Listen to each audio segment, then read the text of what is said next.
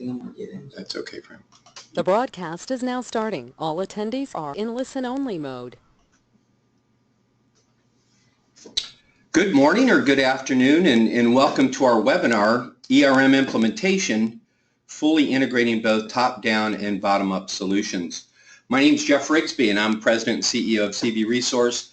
I would also like to introduce Derek Yankoff, the President and CEO of Trace Risk, and we will be presenting today's session together.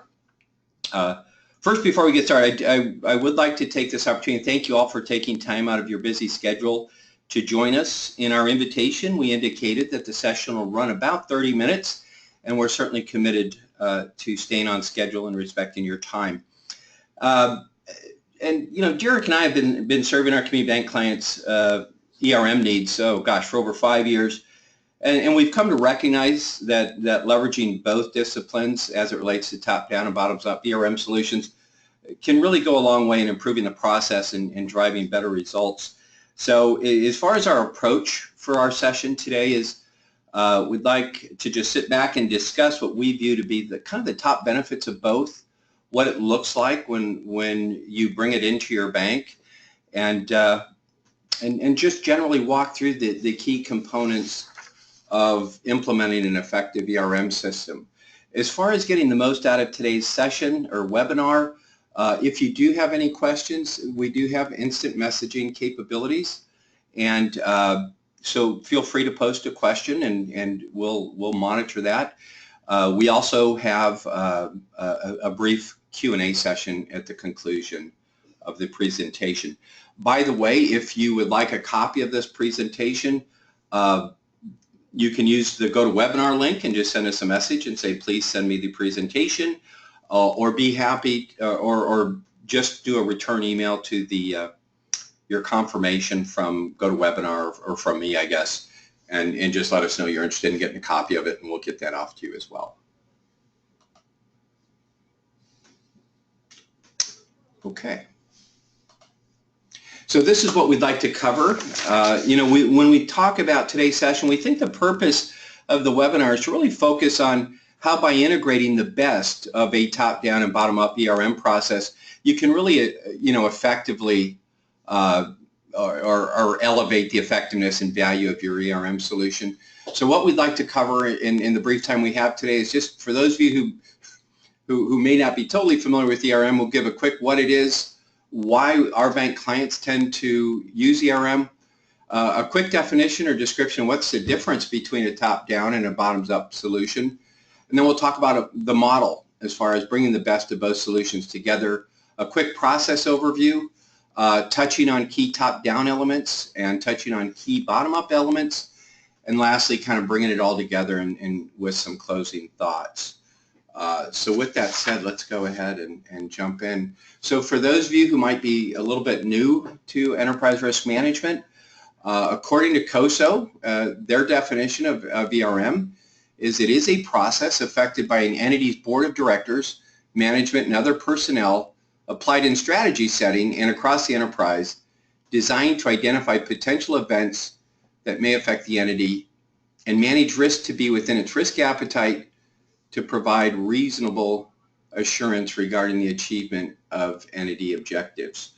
Kind of a business school kind of writing, but what I think we find that it's really saying is, first and foremost, it is a process. It does involve every layer of the organization, including directors, including management and staff across the enterprise. It does look up to strategy to help it determine what the organization's risk appetite is. And if the process is working, it helps you identify potential threats or events that may have an adverse impact on the organization. And certainly if you are managing within your risk appetite, it's also there to help you ensure you hit your goals and objectives. And Derek, I haven't allowed you to say anything yet on this call. Is there anything you want to chime in when you think definition of ERM? But before I get into a definition, more with the sheer number of folks that we have logged in today, which is awesome. We appreciate y'all being here. This really works well if you write in questions as well as we go through a process and walk through our webinar. We really want to answer your questions and provide value where you need it most. So feel free to pump those into the GoToWebinar control panel. When I read this, Jeff, when I read this, what is ERM? Like you said, it's a B school kind of process or overview. I think just one phrase always comes to mind: informed board and engaged leadership.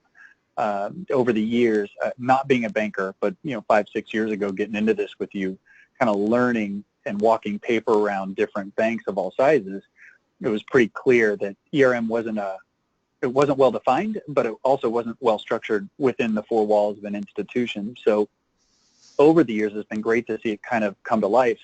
But really, at the end of the day, it's about culture and people and leadership and board members kind of taking the lead on those. So that's about all I've got to say there. I hope that was helpful. Awesome. Okay, so with that said, a quick comment on the why, and when we look at the primary purpose of ERM, it really is to assist your bank or your credit union in really maximizing earnings, capital, franchise value, member value, and to some extent, we kind of view regulatory compliance as a given. Every ERM system should do that. So when we look at ERM, it really is about serving the enterprise, right? And some of those key things that we find come out of that process is it does support the ability to achieve strategic goals and objectives. It does provide an enhancement to your decision-making process. And it does create a more risk-aware culture, or a culture of risk, as Derek might say, and across the organization. If it's working, it should reduce operational surprises or losses. It should keep you prepared to take advantage of opportunities as they emerge, because we do mention there in the lower right-hand corner is a good ERM system is really not only about leveraging top-down and bottom-up solutions, it's about having a forward-looking process, right? And if the system's working, it should assure greater business continuity. It should help you optimize or fully leverage your capital in an efficient manner. And lastly, it should help break down those departmental silos and really develop centers of excellence around managing risk. So, Jeff, I jump in real quick. On that last point, when we're bridging departmental silos and developing excellence, one of the things that you and I kind of bumped up against each other on early on as we started kind of working together on this was the recognition that engaged management, the lower levels, or what I'll call the boots on the ground, often don't have the purview, kind of the perspective of leadership. And so when you've got folks from a, quote, bottom-up perspective looking to own the risk from a day-to-day perspective, without eyes-on strategic planning or critical kind of key performance indicators that are actually maximizing the earnings, capital, and franchise value, it's difficult sometimes, and I think you might agree that from the top-down approach to kind of translate that through so that the entire organization, that enhancing the risk culture, as I call it, the folks from the bottom-up mentality really have a grasp on what it is they're doing and why they're doing it instead of just, quote, doing it. Yeah, right on. So with that said, let's go ahead and slide into talking about kind of the differences or some of our observations as it relates to the difference between the two methodologies. And I guess I might want to say right up front, the reason we're doing this webinar and that we've both been operating within these disciplines for quite some time is we have both found that clients have ended up settling on one solution or the other because there isn't that many choices that somehow get the combination of both and focus on integrating them. So that's really part of what we want to discuss here a little bit. But when we think about the differences of top-down and bottom-up, it's, one thing I know from a top-down standpoint, it tends to really fit right directly with your organization strategy, right? So whatever the growth focus is, whatever the earnings targets are, it really locks into what level of risk are you willing to take in order to achieve your financial performance goals. And that's something a top-down system does well. It brings those key risk elements and links it back to financial performance. And in so doing, it facilitates a discussion around some key decision-making around these risk-focused areas. So you can kind of see the image on the left is really just one snapshot of a scorecard that's taking quantitative financial performance data, leveraging comparative analysis and benchmarks to literally drive kind of a red, amber, green variance report. But a lot about what top-down is all about is helping a client better understand what their risk tolerance or risk appetite is and managing that risk, right? Because ERM is not about risk avoidance, right? It's about putting the right controls in place to manage risk. So, you know, top-down tends to really focus on how we tie strategy and the financial institution's goals and objectives to an effective risk management model. And Derek, what are your thoughts on, like, from a bottom-up perspective? Yeah, so from the bottom up on the right-hand side of that screen, we've got these very granular, what I'll call key risk indicators that are kind of driving the main data points that are producing the scorecard report. So when I look at this beautiful scorecard report and we go through strategy tied to capital and earnings and risk, I always wonder, so where does that data come from? How are those graphs being generated and derived? And how do I have confidence in the process of how those key risk indicators are literally rolling up to produce a scorecard report that my leadership is actually making active, live, day-to-day decisions on for the organization.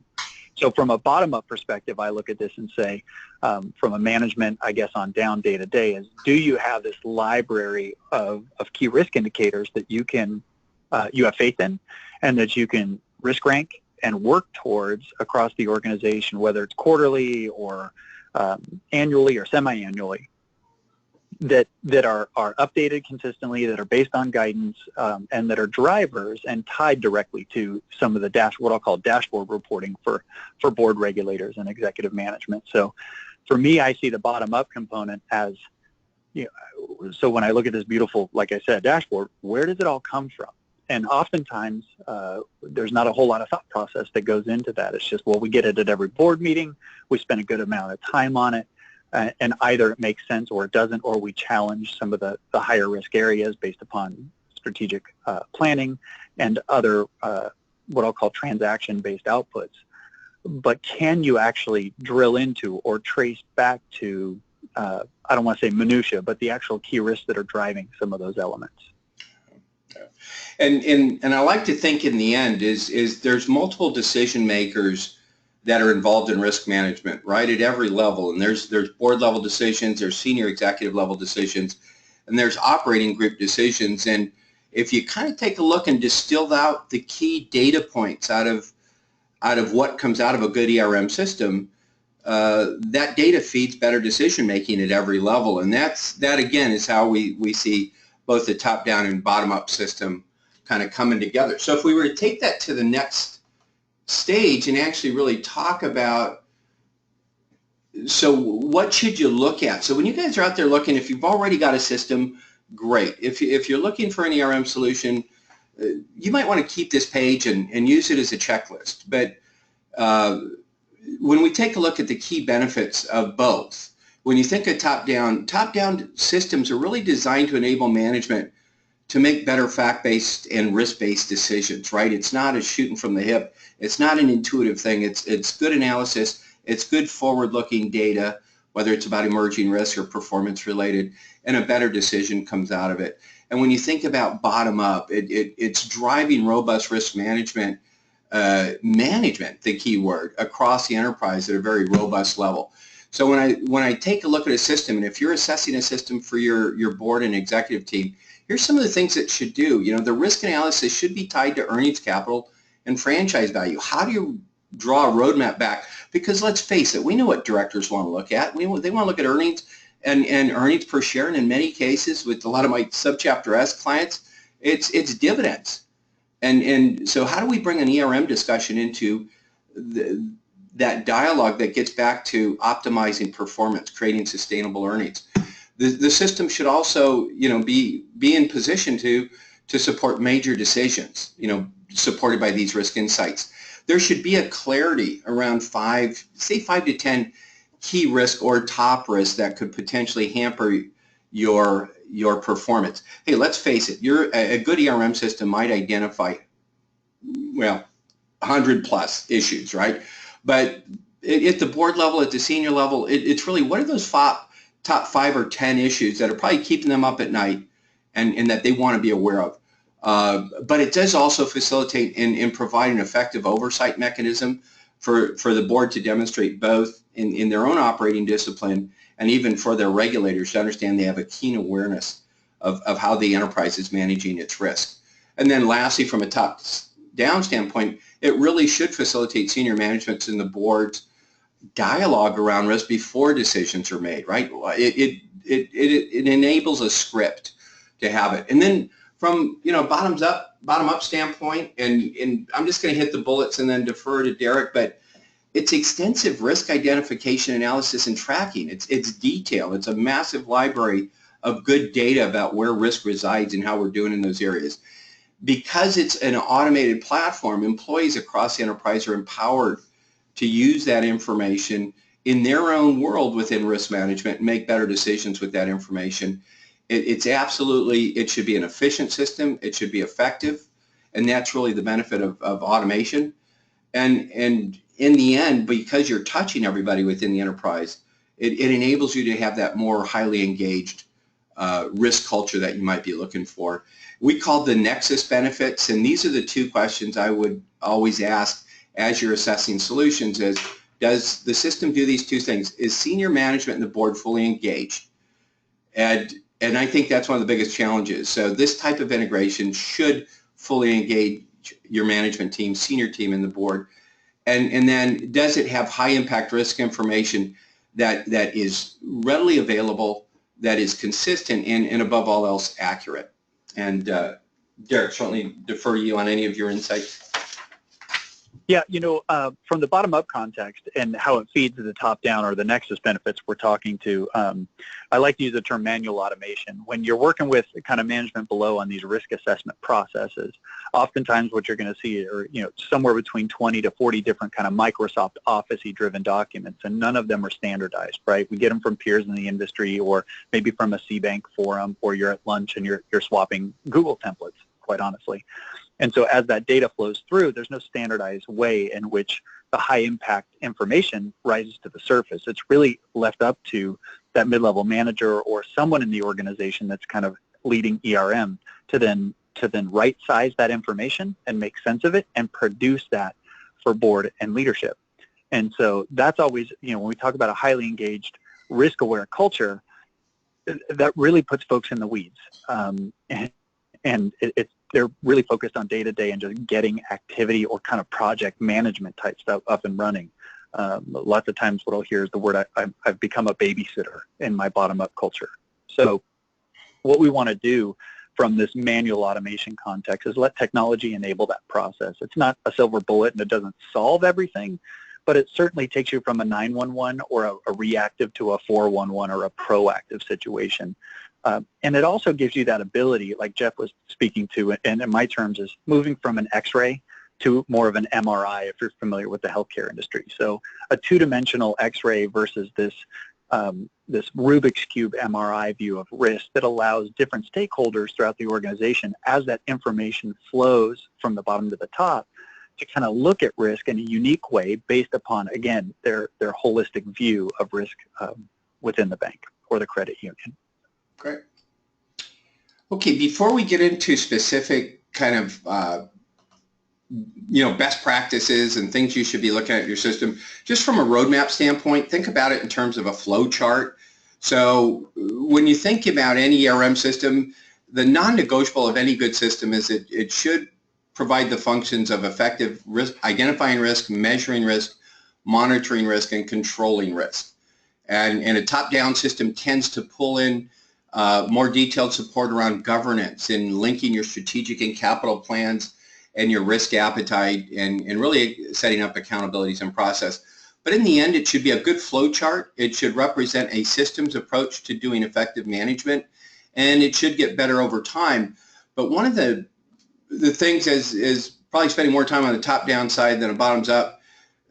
When you get into your enterprise risk assessment, which tends to be the most labor-intensive aspect of a good ERM system, having an automated system and a big library of key risk indicators it really allows you to move data in an effective way, whether you want to look at it from a key risk category or from a COSO structure or from a functional area of the bank or credit union or even from a product line. You can really get into understanding where your inherent risk resides, what the adequacy of the risk management is around that, and certainly looking at things like composite risk and direction and residual risk.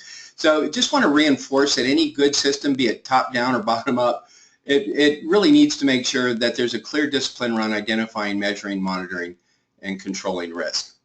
So now I'd just like to touch on a few elements as you look at the type of systems you may want to integrate or things you can do to enhance your system. Starting with the top-down approach, I mean, there is a tone at the top. So if you haven't developed an enterprise risk management system and you want some of the best practices out of a top-down approach, it really is about starting with the formal process and a structure that you can follow, and it happens to have an emphasis on earnings, capital, and value. And then from there, really develop a structure so that you can explain it, whether it's at the board level, the executive team level, or the committee level, and that tends to be it. But when you really think of the initial tone at the top, the initial deliverables that you should be looking for out of a good top-down system, you should have visual interpretation of what your risk appetite actually is. Whether it's on a 5-point Likert scale or a heat map like is displayed here, you should be able to clearly articulate what your organization is willing to do, or more importantly, not willing to do from a risk appetite standpoint. And there's a discipline associated with getting to that level of detail. Once you have that heat map built out and you understand what your risk appetite is, you want to further define it with the use of risk appetite statements. So it's descriptive, albeit brief. They should still articulate it. And then once you have that, you should be able to take a look at a high level where your risk appetite resides across key risk indicators by key risk category. So that's really some of the at the front end when you think of a top-down system. Start with risk appetite, figure out what your dashboard looks like in terms of key risk indicators, and then wrap up that initial phase of the process and having clear policy and clear charter in place. That's kind of what a top-down system focuses on, because if you have a better understanding of your risk appetite, you also have a better understanding of the level of effort and focus the balance of your ERM solution needs to support. If you're big on M&A and you're growing at a double-digit rate and you have high concentrations, ERM to you is going to be a critical platform, more so than perhaps if you're in a mature market and you've been serving the same customers for about 20 years and you're growing at about a market rate. Each one of those might have a different risk appetite perspective, right? So first thing you want to do is start with a tone at the top.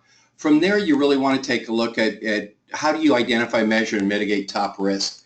So as you go through the enterprise risk assessment process, you really want to start being sensitive to identifying those top risks that have the greater or most, call it a threat or a more of an adverse impact on the organization. And the system should help you force rank or prioritize those risks, particularly by likelihood and impact. So we've got a ton of risk out there. Everything can't be an A item. A top-down system is really designed to help you force rank what those are and really figure out what the gaps are, right? Really figure out what that residual risk is. And once you understand what that residual risk is, you should be able to really hone it right on down to a risk mitigation plan so that you can control and manage the improvement or reduce the exposure to risk through that process. And again, we're talking about top risk here. Top risk in a top-down environment, most cases is somewhere around 5 top risk. That's kind of unique to a top-down versus a bottoms-up. And then in the end, kind of look for a system that actually ties performance by your risk analysis. Look for a system that you can select your key risk indicators, whether there's a macro scorecard or if you're drilling down by credit risk, interest rate risk, liquidity risk, compliance risk, but come up with a framework that you can tell a story around key risk trends in a single page, right? And those key risk indicators could be both performance-based, but they can also be external in scope, right? It could be economic conditions. It could be psychodemographic conditions. It could be things going on, competitive landscape in the markets you serve. But what's really important is to select those key risk indicators that really speak to the board and your senior team for decision-making purposes. They should be performance-based in nature. There should be a balance between, historical data and future or anticipated movement. And the structure and distribution should be disciplined, right? And so most top-down clients that we work with, it's a board and senior team function every quarter, and it's delivered in a tight dashboard environment. But a director can see something glow red. If they see an unfavorable indicator, they know they need to drill down on that from a good governance standpoint. And so those are kind of the three areas we tend to look at. So tone at the top risk identification, and then an ongoing reporting system that ties back to bank or business performance. And Derek, I'll turn over to you if you want to talk about some of the things you should be looking for in a bottoms up.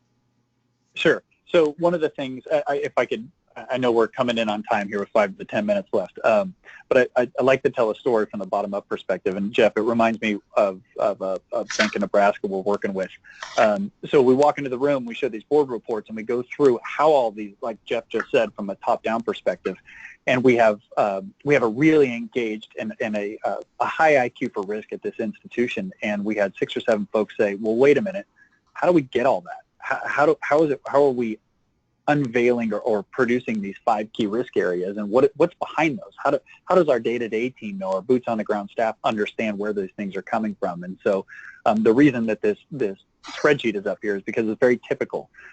When you're looking at, and Jeff and I talk about top down and bottom up, they're not competing as much as it's sometimes the culture adopts one or the other depending on who's driving the ERM process. And I think what we're trying to tell you here today is, hey, there's a best of both worlds, and it's both of them interacting and working together that creates a very simple ERM process. And note that I didn't use the term easy. Easy means it's easy.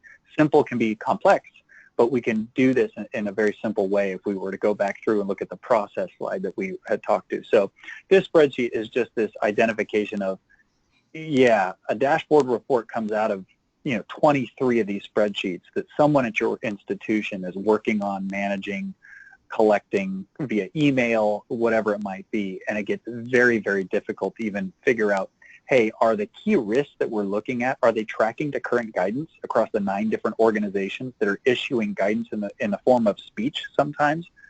And then is that being translated well into the organization at a boots on the ground level, meaning, hey, are there layman's terms for this arcane kind of guidance that's being pushed? So do my people understand what the risks are?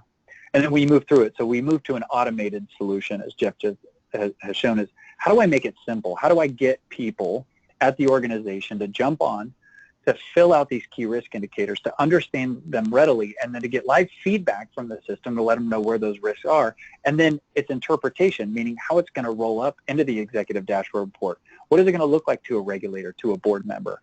When they do go to a meeting and they ask about these red areas, how quickly can I generate a report to share with them where we're looking, why and what of what's driving those key risk indicators for the decisions that need to be made. So from the bottom-up perspective and how it relates to the top-down in this process, it's simply getting this manual automation out of the way, tech-enabling, and adopting what we call a key risk library that already tracks or comports to guidance so that your team can focus on risk at your institution and allow those risk, inherent and residual risk values to flow through and on up the chain so that they understand what's happening. And then, Jeff, I'll probably jump onto that next slide there, and we can talk to that. Okay. Well, my 2 cents is it always comes down to, good information leads to good decisions, and decisions, and especially risk-based decisions, are made across the enterprise at every level. And I hate to admit it, but that upper right-hand corner tends to look like most of the guys I work with at any given moment at the board level, right? And so you really want to look at a system that understands that there's a different audience, right? And a system that can bring, data, from one to many, and a system that supports action and decision making, and certainly that increases the culture. So from our standpoint, it should be an empowering platform that understands there's different people that need different data to make better information or better decisions. And we think that's what integrating these two disciplines manages to do for the organization. All the stakeholders have a win. Too often I find people settling on a system that some stakeholder in the organization is not being represented. And if you adopt both, then we do feel that you've got a multiple stakeholder win. Derek? Yeah, and your culture of risk goes up. So adopting, they should be one, I guess, if we get down to it, Jeff, over the years of you and I working together, that the single solution or the single concept of one leading the other and one informing the other just makes a ton of sense. If you look at other industries, an ERP or manufacturing, wherever it might be, you don't, there's not an either or. It's an expectation of both driving them. And in today's regulatory environment, with things moving so quickly and so rapidly, the information's got to be able to flow pretty seamlessly for that to take place. And so the best option or opportunity that we see is, again, I'm probably beating this, but manual automation is killing your staff if you're in that C-suite or that leadership. So tech enable if possible. Absolutely. Great. Well, given we're sensitive to the time and we're butting up right about at our 30-minute point, so we really just like to, a couple of closing thoughts, and if there are any questions, certainly put them out there. We talked about both the benefits, both from a top-down perspective and a bottom-up perspective. But when we talk about the nexus, when we talk about, meeting in the middle of what does a good system do if it's leveraging these best practices from both disciplines, you really should have senior management and the board fully engaged in the process. And, Derek, I think we both can speak to volumes of not having an executive team buy into this process. And as hard as people are working around a good system, so what we both have found is when you integrate the best practices or the key characteristics or disciplines associated with top or bottom up, you're going to get that buy-in. You're going to get management's involvement.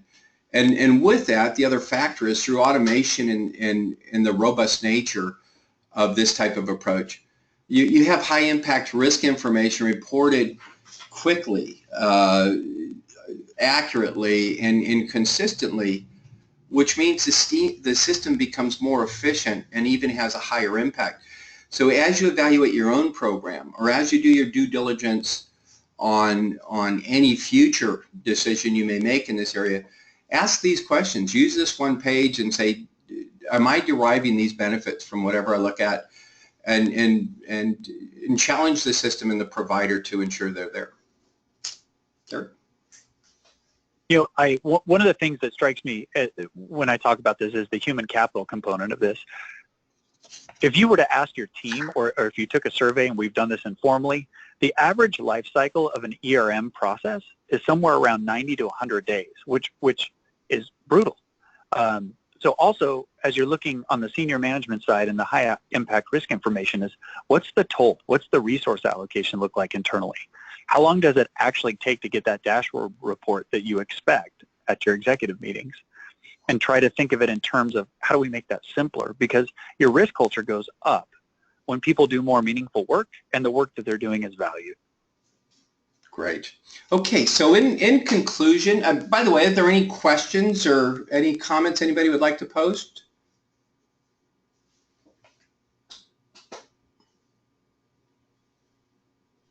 Okay. Great. Well, with that said, our closing comment would be, this is what we do. Derek and I, over the years, kind of used to find ourselves competing for the same client, and depending on the client's perspective, one or the other of us would walk away with a win. And we did discover that somehow merging these capabilities leads to a better result in what we'd like to even think is a new standard in delivering ERM solutions. So we would like to extend the offer. Again, if you'd like a copy of this presentation, please let us know. If you'd like to learn more about what this is, please contact us. And just as something to offer you, and if there's something that's really eating at you in terms of ERM, something you would like to need, something you would like that would help you close a gap or would assist you in some fashion, rather than having some sort of canned giveaway to give you, let us know what that issue is, and we'll provide that to you and help you advance the cause within your organization. But at this stage, I just, on behalf of both of us, I'd like to thank you for taking time out to listen to what we had to say about integrating these two things. And those are my closing thoughts. Derek, if you have any, I'll let you do that and sign off on our behalf. Just want to say thanks so much for your time. We appreciate it, and we value you guys. Great. Thank you, everyone. Again, if you need any information, please don't hesitate to reach out to either of us. Our contact information is on the last slide in the deck. Best regards and have a great day.